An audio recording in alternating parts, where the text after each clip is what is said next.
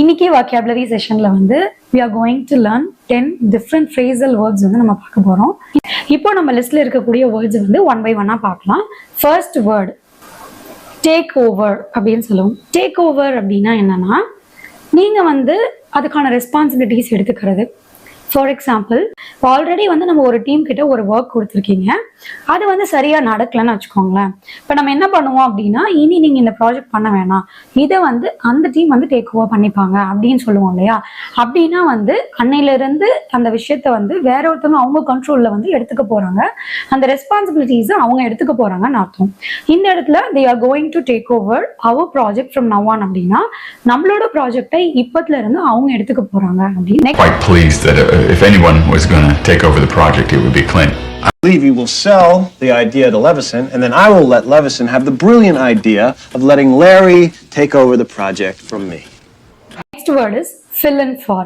இது நம்ம எப்படி யூஸ் பண்ணுவோம்னு பார்த்தீங்கன்னா, நீங்க எப்பயாவது வந்து ஒரு லீவ் போடுறீங்க அப்படின்னா நம்ம வந்து நம்மளோட ஒர்க்கை வந்து வேற யாருக்காவது வந்து சப்ஸ்டியூட் பண்ணுவோம் இல்லையா. இதை வந்து நான் இல்லாத டைம்ல நீங்க வந்து பார்த்துக்கோங்க அப்படின்னு சொல்லுவோம். இப்போ ஸ்கூல்ஸ் அண்ட் காலேஜஸ்ல ஒர்க் பண்ணாலுமே இப்போ நம்ம கிளாஸஸ் ஹேண்டில் பண்றோம் அப்படின்னா, நம்ம லீவ் போடுறோம் அப்படின்னா நமக்கு பதிலாக வேற ஒரு சப்ஸ்டியூட்டா வந்து நம்ம ஒரு டீச்சர் வருவாங்க, அவங்க வந்து அதை ஹேண்டில் பண்ணுவாங்க இல்லையா.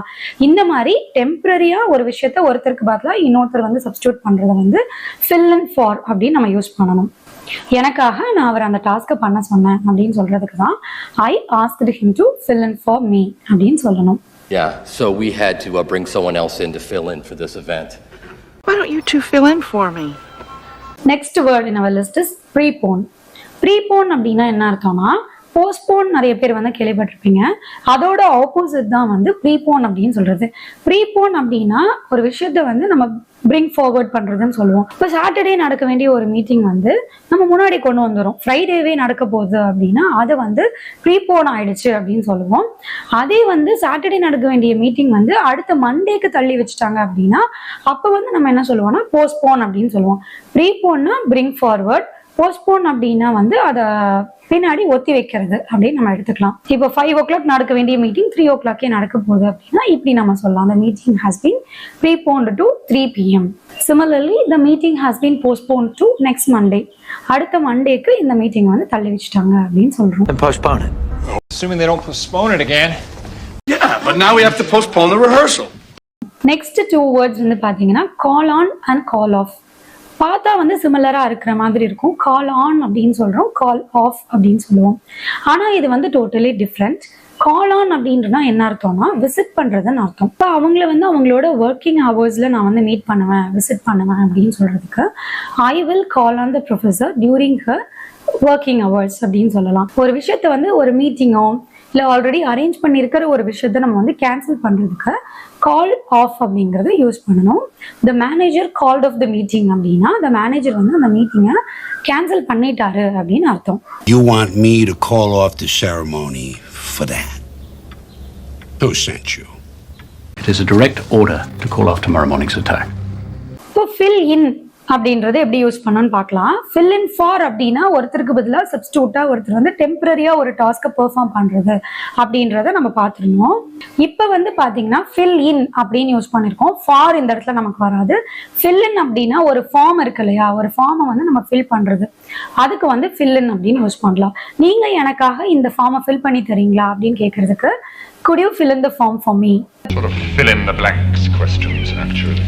She used a slide projector to trace my work and fill in the colors. Just go with it and fill in the blanks.